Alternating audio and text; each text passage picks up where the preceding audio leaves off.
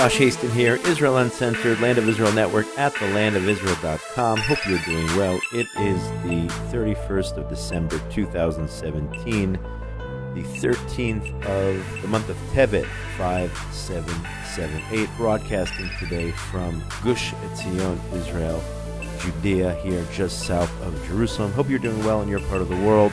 Get in touch with me during the week, Josh at thelandofisrael.com, on Facebook, Joshua Hasten, and on Twitter at Josh Hasten. Now, many of you will probably be celebrating New Year's Eve and New Year's Day tomorrow. And so those of you who are celebrating happy holidays, here it is known, New Year's is known as Sylvester.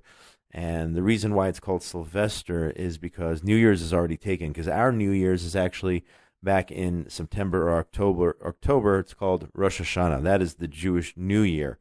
Now, I understand there are New Year celebrations which are legitimate, but the whole concept of Sylvester, and I just actually learned this year, is actually pretty frightening when it comes to the Jews, because who was Sylvester? He was actually a Saint Sylvester back in the day in Europe, and from what I understand, he was actually a very, very huge anti-Semite and did a lot of nasty things to the Jewish people. So unfortunately, here in Israel, we've actually taken the name Sylvester for New Year's, and we're using that name. But I wonder if more people would actually know who he was and how he tortured and murdered Jews in Europe. Talking about a long time ago, I think in the 300s AD or so, when this was commemorated in his honor, I guess. Maybe a lot of people would not celebrate this as Sylvester, perhaps recognize that this is the Gregorian New Year, perhaps, and leave it at that. Nevertheless, tonight is the eve of January 1st and the beginning of 2018, but not on the Jewish calendar. In the news, a lot's going on, especially in Iran, as reported by the J-Post today. 3 dead as Iranian protests spread, calling for the end to the Islamic regime. The biggest question is will this just be another short-term series of protests throughout Iran, or will this lead perhaps to the end of the mullah's rule? I don't know the answer to that, but based on what I've been reading on social media and what I've been reading in the newspapers, this will probably not end the rule of the Ayatollahs in Iran. We can hope for the best. We can hope that perhaps, unlike under the Obama administration, those who are protesting will get support of the world community and actually make a difference in the lives who want to see the Islamists, the radicals who have called for wiping out the state of Israel. Hopefully we'll see their reign come to an end soon. We'll see how this all plays out. But again, this is the third day, today, Sunday, of demonstrations. And if you want to learn more exactly what this is all about, what the demonstrations are, where they're taking place, I highly suggest you go online, go to the Jerusalem Post website, and a friend of the show, Seth Franzman, actually puts it into perspective. His article is titled, Iran Protests, What We Know and Don't Know. And I won't get into all the details now, but if you want to understand how this started, what they're protesting about, namely the end of the Islamic regime, and there are many other reasons they're protesting, and any other information you want to know about what's going on there, and the situation is changing by the minute, really. Seeing these images coming out of Iran, go and check out Seth Franzman's article there in today's Jerusalem Post. It's available online. Now, the Trump administration responded over the weekend, according to Fox News. The headline is, Trump redoubles support of Iran protests, saying the world, quote, the world is watching. President Trump on Saturday expressed his support for Iran's growing anti-government protests, again on Fox News, saying oppressive regimes, quote, cannot endure forever, and that, the quote, the world is watching. He made these comments again, I believe, on Twitter, on social media. It started, according to the Associated Press, with 70 students gathered in front of the main university there in Tehran, hurling rocks at police, and then escalating, and the situation remains unstable right now as the protesters continue to express themselves in the street. There's a woman there who is probably going to be the ultimate image from this event of her taking off her hijab and standing on top of some kind of either a car or a vehicle there, expressing herself and her desire to end the regime there, the rule of the mullahs in Iran. And again, time will tell. But the president then there weighing in. And if I would have to make a bet, I would say that he will do what he can to assist the protesters, unlike President Obama several years ago in the Green Party. I believe it was called the Green Party Revolution. And how does this affect Israel? I mean, we know that Hamas all these years has been sponsored by Iran. Ynet reporting today, the Hamas second in command was quoted as saying, "Only Iran openly supports us." Hamas second in command, Saleh al-Aruri, said on Saturday that, quote, "Iran is the only one supplying us with military assistance and is open about it. Assistance which," he says, "did not stop. Our relationship with Hezbollah is excellent, and they are ready to assist in whatever it takes in a battle against Israel." That's, again, the number 2 member of Hamas speaking over the weekend. And Hamas, of course, these are horrifying images. If the situation in Iran wasn't top story, I'd probably report on this out of the Jerusalem Post this morning. It's horrible to see these pictures of people ducking for cover during a code red warning siren, which happened on Friday morning at about 11 o'clock in the morning at Kibbutz Kfar Aza. This was actually a ceremony in memory of slain Staff Sergeant Oren Shaul, whose remains are being held by Hamas in Gaza. This has been going on for over 3 years now. His remains are being held there since the last IDF operation in Gaza. 3 mortars were fired. Some believe that this actually was directly in relation to the fact that this ceremony was taking place. And here you have those people who have come to pay their respects to this IDF soldier who are hiding, scrambling for their lives as Hamas or whomever it is in Gaza fires mortar shells at them Friday morning. A building was damaged as well. But this is just horrifying. For those who have been in this position before, as I have many times, having to duck and seek shelter for rockets, it's extremely frightening. But just the horrifying images of those who are paying their respects for an IDF soldier whose body has not been returned yet, they themselves having to cower rightfully so, in the face of this rocket attack. It's extremely disturbing. The Iron Dome system did intercept 2 of the rockets fired, the third one striking a building. The J-Post reports that IDF fighter jets and tanks fired on 2 Hamas targets in northern Gaza over the weekend after those 3 mortar shells were fired during that ceremony for Staff Sergeant Oren Shaul. Defense Minister Avigdor Lieberman, who was speaking to Channel 2 News on Saturday night, said the mortars that were fired at Israel on Friday came from Iran. They are validating the Hamas statement and had been supplied to various groups in the Hamas-run Gaza Strip. And as I mentioned, one of the projectiles struck a building there. Luckily, nobody was hurt. But every single time, and I know this for a fact, experiencing it myself and seeing an entire generation of children in Gaza growing up under the threat of rocket fire, every single time a rocket is fired, every time even the Tzeva Adom, the code red siren goes off, the damage has been done. There is trauma from every single code red. And now, ever since the Jerusalem announcement by President Trump, that's not the reason, it's the excuse for Hamas and others to fire rockets. We've seen an escalation in rocket fire with IDF responding, but I'm tired, honestly, of this back and forth of a Hamas firing rockets and then the IDF responding. If the IDF is responding so fast, that's obviously obvious that we know where their positions are. Why not take them out before they fire the rockets? Why not take out their strategic positions now when Hamas members say these things, incite towards more violence? Why not take them out? Go back to the targeted killings of their leaders who are, it seems, who have popped up from underground, from their hiding holes. Take them out. That is my opinion on the matter. If you're just joining us, this is Israel Uncensored, Land of Israel Network at thelandofisrael.com. My name is Josh Hasten, broadcasting from Gush Etzion, Israel. In today's show, we are giving a rundown, since there's so much going on in the news, which has happened over the weekend. Now, the Likud party's top body is set to meet this evening. By the time you listen to this broadcast, perhaps all the information is already out, urging the government under Prime Minister Netanyahu to annex parts of Judea and Samaria. Times of Israel reports that top activists in the ruling Likud party are set to convene Sunday night for a vote on a resolution urging the party's leaders to formally annex parts of Judea and Samaria. They call it the West Bank. I'm going to stick with Judea and Samaria.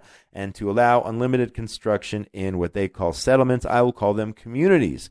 Any such vote, according to Times of Israel, by Likud's 3,000-member Central Committee, would not be binding on cabinet ministers, but carries political force inside the party. We are now entering 2018. It looks like, for now at least, the government here in Israel is going to last a full term. That could change at the drop of a pin. But as of now, elections are scheduled for sometime in 2019.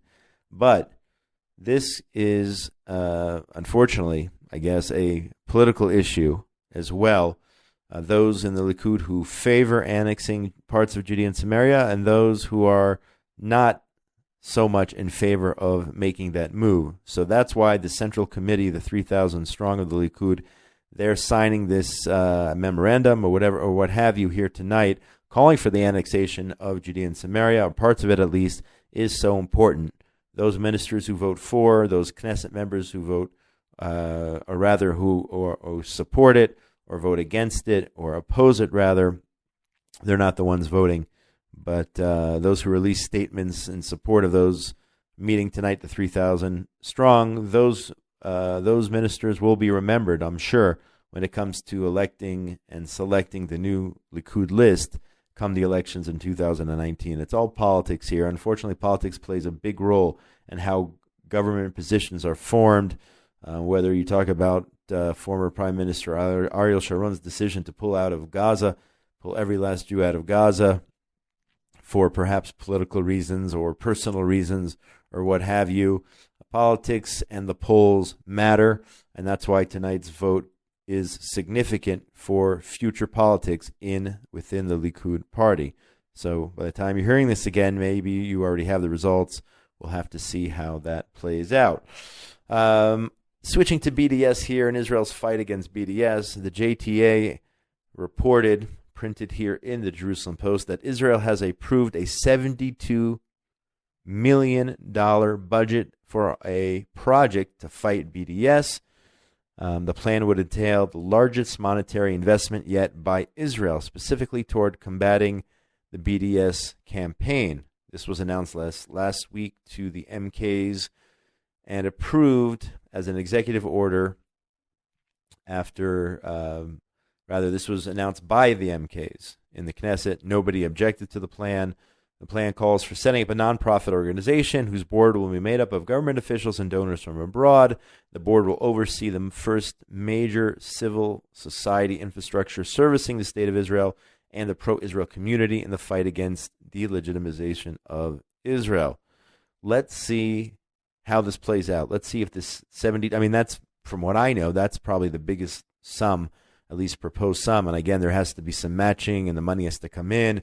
And there's still some work to be done here from what I understand. But this seems to be the biggest anti-BDS campaign ever put together involving the Israeli government. Let's see how it plays out. Let's see how effective it is at the end of the day in combating BDS. You know, we have this performer, what's her name? Lorde, Lorde, who decided that she wasn't playing Israel, and there was a big to-do on Twitter and Facebook and whatnot, calling her out as giving in to the haters.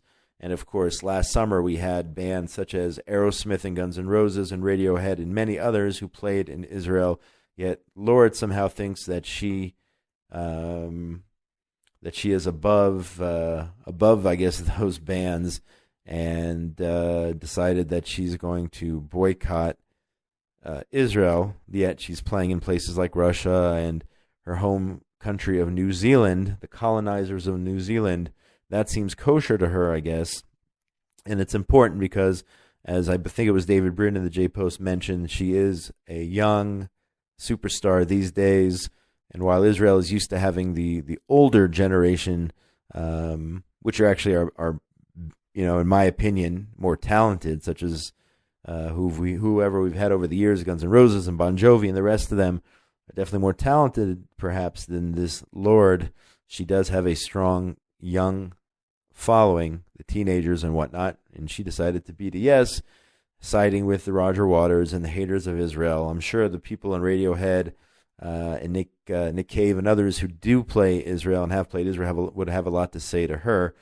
So let's hope that this $72 million earmarked to fight BDS will actually make a difference. Hopefully it's going to the right places. Hopefully it won't be a complete bureaucracy and mess. Hopefully it will make a difference. We started the show talking about New Year's. If you remember, several years ago in Germany, there were over 1,000, I believe, women who were molested, sexually abused, and assaulted in Cologne, Germany there. Now, get this, according to the TOI reporting, Berlin is to have safety zones for women at New Year's Eve celebrations. As a result of that event 2 years ago, organizers of the biggest New Year's Eve party in Berlin will set up a safe zone for women who feel threatened or have been assaulted. It's come to this, Europe. You've done this to yourselves. You've brought in these migrants from Syria, or those claiming to be or seeking refuge from wars. A lot of them radical Islamists affiliated with ISIS and other groups. You brought them into your countries. You were so proud.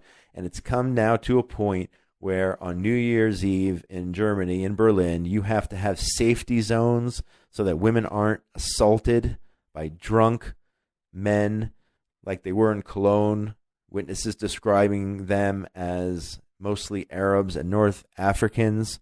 It was actually 1,000 men who assaulted hundreds of women. Let's get it accurate. Let's get it straight. So now if you go to Berlin tonight, don't worry. You have plenty of safety zones set up in case the men there, the migrants who've come over from the Middle East, get too rowdy. That's what the situation has come to.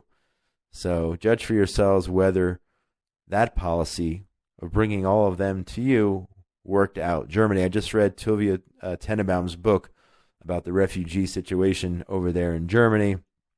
And it really does a good job, unfortunately, of describing what the situation, what the society has become like as a result of Germany's open border policies under Angela Merkel there in Germany. A lot of people having second thoughts about that. What else is going on here as our time runs short? The Palestinian Masquerade is the title of an article reported in Israel Hayom, how the other day Mahmoud Abbas, the insider, the financier of the Munich massacre, the terrorist in a suit, came out and gave a speech in which he talked about the land being the land of Israel. He doesn't say Israel. He calls it Palestine. Of course, the birthplace of Jesus. He says that Jesus was a Palestinian. He believes our right and God's promise to us that this holy Palestinian city of Bethlehem was founded by the Canaanite Jebusites 5,000 years ago, and it was the capital of our independent state, of course, under the sovereignty of the state of Palestine. But, of course, this is just hijacking Christmas, and I hope that no Christians out there believe or are gullible enough to believe that Jesus was a so-called Palestinian, that if there ever existed a country in the history of the world called Palestine.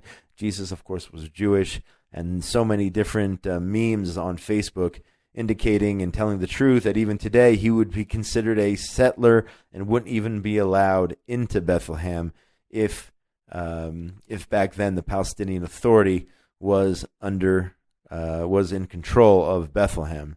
So more anti-Israel propaganda, hijacking the story of Christmas, hijacking the Christian narrative there. Mahmoud Abbas, remember Bethlehem, a city that used to be 80-90% Christian, which is now only 10-15% or so Christian, thanks to the Palestinian Authority and the way they treat Christians. Speaking of the treatment of Christians, the Prime Minister of Israel going back to Iran, slammed Tehran for the mistreatment of Christians. He put out a video the other day at the same time as the Iranians are taking to the streets, and the Prime Minister essentially talked about the anti-Christian and the lies spewed by the Iranians when it comes to Christians, let alone being a Christian in Iran is no party, with Israel being, of course, the only country in the Middle East which guarantees freedom of worship, freedom of religion for the Christians, certainly not Iran. If you want to get your blood boiling, I suggest you read Roger Cohen. Yes, Roger Cohen, who is Jewish, his column in the New York Times, December 29th, just a couple days ago, saying "In Israel of pride and shame," not getting into all the details here, but go ahead and get your blood boiled here. Hopefully by now people have written letters to the editor. Of course, he bashes Israel, saying that President Trump and American Ambassador David Friedman, who, of course, in his opinion is who sounds like the West Bank settlers' envoy, which he calls him that, says that under their leadership and the leadership of Netanyahu, of course, is what he calls his shame. He says that the government of the U.S. is leading Israel nowhere, the American government, and this is my shame. You know, one of the, I guess, many so-called enlightened somehow criticizing the fact that the President of the United States recognized finally that the U.S. believes that Jerusalem is the capital of the state of Israel, yet all of that does not dissuade him, Roger Cohen, from saying that this is his shame, the fact that Trump and Friedman are calling the shots and the government is leading Israel nowhere. So if you want your blood boiling, again, I've warned you, you've been warned, don't say I didn't tell you. Go back and check out this December 29th column by Roger Cohen in the New York Times. And finally, we'll finish with some pretty inspiring and some good news here. Tel Aviv Lego Tower could break Guinness World Record, reported by Israel National News, Arutz Sheva. A team of Israeli volunteers are aiming for a Guinness World Record inspired by the heartbreaking story of a little boy. So again, municipality workers and volunteers in Tel Aviv have built a 36-meter, 118-foot tower of Lego bricks, trying to set a new world record. The project was launched over a year ago by the teachers of 8-year-old Omer Sayag, who unfortunately died of cancer in 2014. So they're building this Lego tower in his memory. Apparently the little boy used to play with Legos a lot when he was ill. According to Guinness World Records, the previous record was set in 2015 when the Italian subsidiary of Lego built an 115-foot or 35.05 meter tower for the Milan World Expo. I don't know yet if Guinness has been called or if they're going to come in to measure this tower. But if you go to Rabin Square in Tel Aviv, you'll have a tremendous Lego tower in memory of 8-year-old Omer Sayag. So it's an inspirational story. It's sad, but definitely one that gives us hope. And it's a beautiful project there in memory of a young boy. So on that note here, on the 31st of December, 2017, we are going to end the show. Last show for the year 2017. Of course, it'll still be the month of Tevet. Please God, when we speak again next week, since we go by the Jewish calendar. But anyway, just wishing everyone out there all the best. Make sure you get in touch with me during the week. Josh@thelandofisrael.com. On Facebook, it's Joshua Hasten, and on Twitter, @Josh Hasten. Signing off from Gush Etzion, Israel, Judea, just south of Jerusalem. Everybody out there in the world of ours, between now and when we talk again next week, please, most importantly, be safe. Shalom, shalom.